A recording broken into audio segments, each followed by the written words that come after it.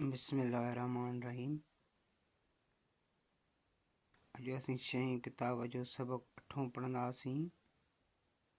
उन जा सुवाल ऐं जवाब। सबक़ 8 सिहत ऐं सफ़ाई। सवालात तंदुरुस्तीअ लाइ कहिड़ियूं चमड़ियूं मशहूरु आहिनि? जवाब: जीउ ख़ुशि त जहान ख़ुशि, तंदुरुस्ती हज़ार नेमतुनि जे बराबरि आहे। जीउ ख़ुशि त जहान ख़ुशि, तंदुरुस्ती हज़ार नेमतुनि जे बराबरि आहे। इहे मशहूरु चमड़ियूं आहिनि। सवाल: सिहत बरक़रार रखण लाइ कहिड़ा उसूल ज़रूरी आहिनि? जवाब: सुबुह जो सवेर वर्जिश करणु सिहत लाइ मुफ़ीद आहे। सुठी सिहत लाइ रांदि रूंद बि ज़रूरी आहे ऐं सिहत खे बरक़रार रखण लाइ खुलियल आबहवा वारनि जॻहियुनि ते घुमणु फिरणु घुरिजे। सवाल: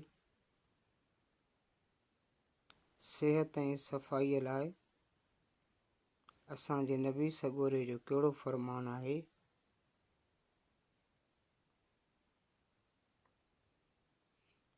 जवाब: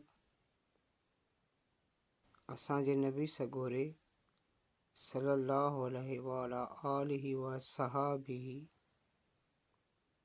जो फ़रमानु आहे त सफ़ाई अधु ईमान आहे। सवाल: घर कीअं साफ़ रखिजे?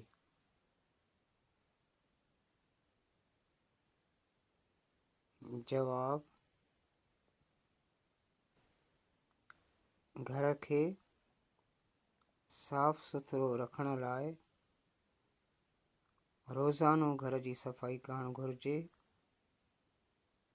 घर खे साफ़ सुथरो रखण लाइ रोज़ानो घर जी सफ़ाई करणु घुरिजे। घर रोशन ऐं हवादार हुअणु घुरिजनि। माहौल खे गिदलाइण खां पाक साफ़ रखण लाइ गंद किचिरो आबादीअ खां ॿाहिरि फिटो करणु घुरिजे। हीअ असांजे सबक़ 8 जी सिहत ऐं सफ़ाईअ जा सवाल ऐं उन्हनि जा जवाब।